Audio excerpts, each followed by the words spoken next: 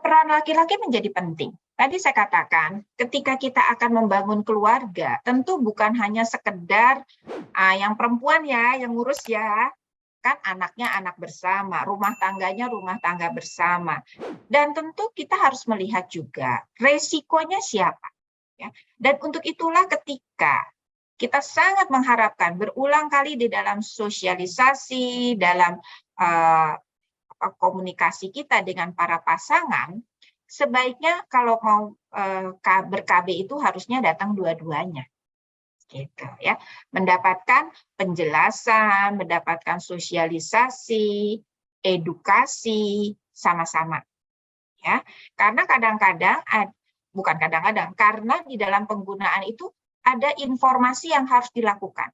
Setiap alat kontrasepsi mempunyai persyaratan yang harus dipenuhi. Ya, sebagai contoh kan kalau mau telepon aja ada ya, boleh nelpon dan sebagainya sesuai dengan persyaratan gitu kan ya, pasti ada dong. Misalnya, contoh kalau pil, dia wajib makan secara rutin, ya kan? Harus rutin tiap hari. Gitu. Kalau yang namanya spiral atau AKDR, dia harus diperiksakan secara rutin, kemudian harus diganti 3 tahun sekali, dan sebagainya. Jadi ada persyaratannya.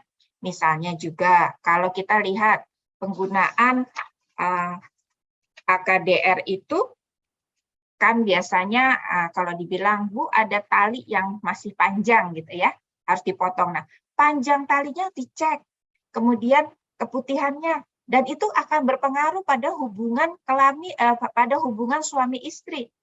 Jadi suaminya juga harus tahu resiko kalau menggunakan AKDR, resiko kalau menggunakan kondom, resiko kalau menggunakan pil atau juga penggunaan implan, tentu akan ada pengaruhnya baik pada hubungan suami istri ataupun kesehatan dari istrinya, misalnya kalau itu istrinya.